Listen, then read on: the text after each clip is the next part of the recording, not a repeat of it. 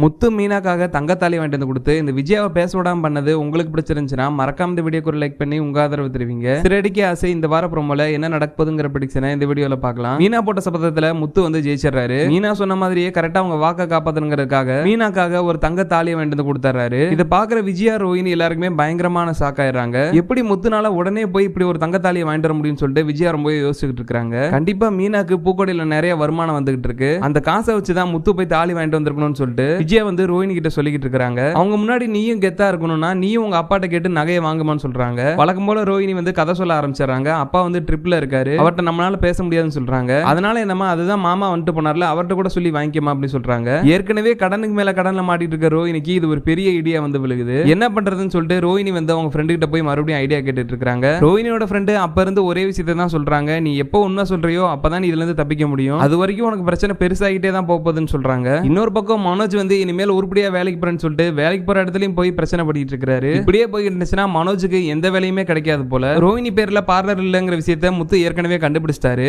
அதே மாதிரி மனோஜ் பத்தின விஷயத்தையும் கூடிய சீக்கிரம் முத்து கண்டுபிடிக்க தான் போறாரு. இவங்க பத்தின உண்மையெல்லாம் விஜயா கிட்ட சொல்லி இந்த விஜயா ரோஹினி முன்னாடி எல்லாம் முத்து மீனாவும் நல்லா வாழ்ந்து காமிச்சா நல்லா இருக்கும்னு நீங்க நினைச்சீங்கன்னா மறக்காம இந்த வீடியோக்கு ஒரு லைக் பண்ணி உங்க ஆதரவு தெரிவிங்க.